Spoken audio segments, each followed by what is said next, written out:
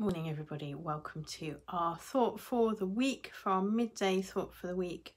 This week on Facebook Live, I'll upload it onto YouTube in a minute.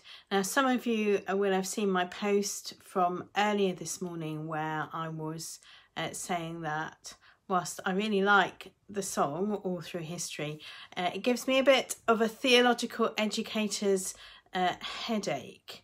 And why that is. So I'm just going to say a little bit about it and about what we're going to kind of look at over the next few weeks, midweek. So I don't know if you've had a chance to look at the song. It's written by Becky Drake, and it has four characters in it, four people that it talks about God being faithful to through history, and they are Noah, Moses, David, and Daniel.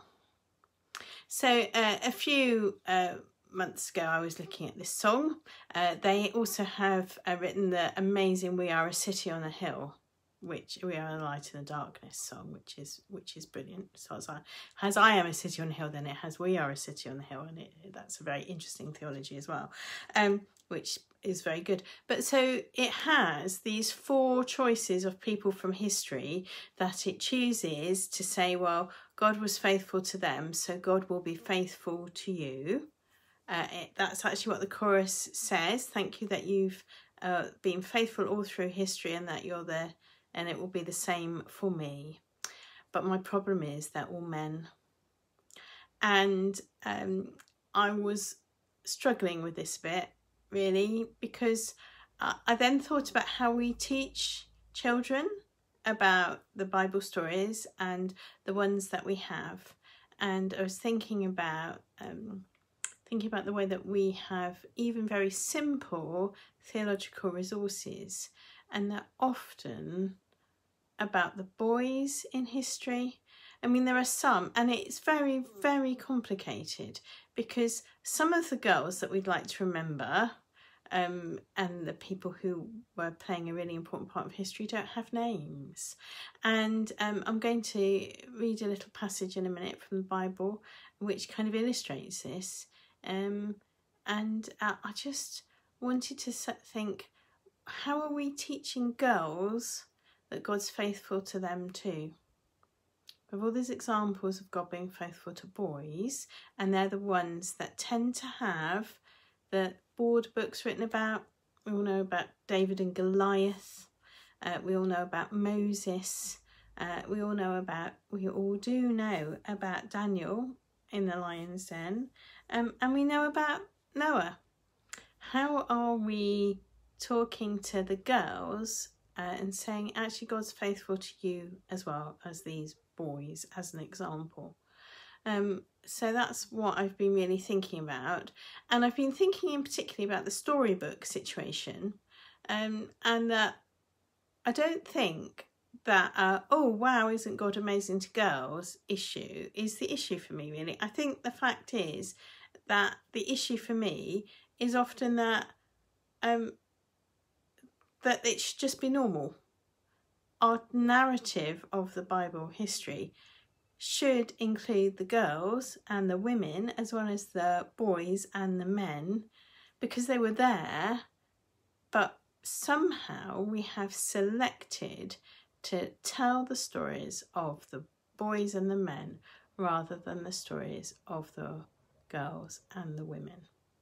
So today we're going to listen to the Bible from Exodus chapter 2, which is one of the few stories that if you are calling people out to act out in the Bible, so if you're like in a school assembly or if you're in a church service, this is one of the few stories where you only need women and a baby.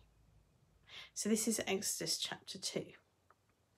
Now a man from the house of Levi went and married a Levite woman. The woman conceived and bore a son, and when she saw he was a fine baby, she hid him for 3 months. When she could hide him no longer, she got a papyrus basket for him and plastered it with bitumen and pitch, and she put the child in it and placed it among the reeds on the bank of the river.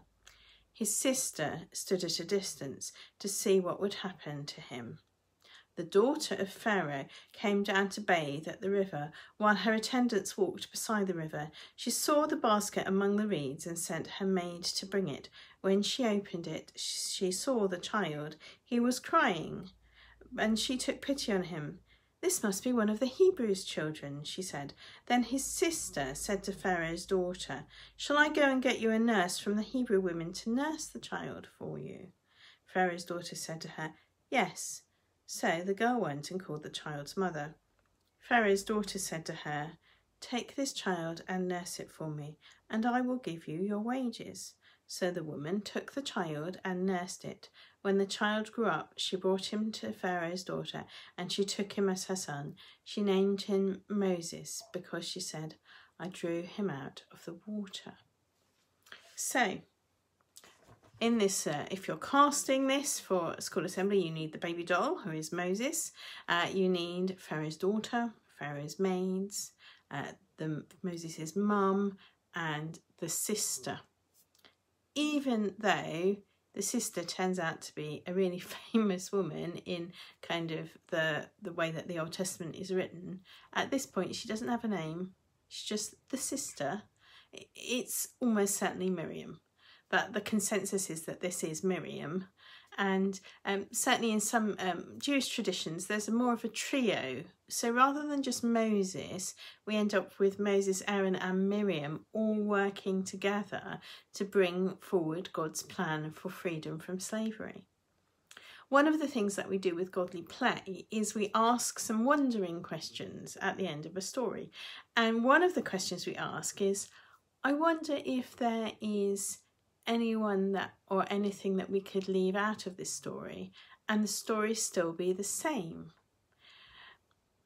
This little tiny bit of Exodus is a brilliant example of how actually this little bit of history, this pivotal bit of history, of salvation history, is actually all accomplished by the women. And we can't leave them out. But poor Miriam doesn't even have a name at this point in this story. She's just the sister. And yet if she hadn't been prepared to do what she did, which was wait and watch Moses, to interact with the Egyptians, which was a dangerous thing to do anyway, you can imagine that Pharaoh's daughter would have had guards with her, probably particular sorts of guards. But so Miriam was prepared to be brave, to interact with the Egyptians, to admit to the fact that this boy, the child, was a Hebrew boy child.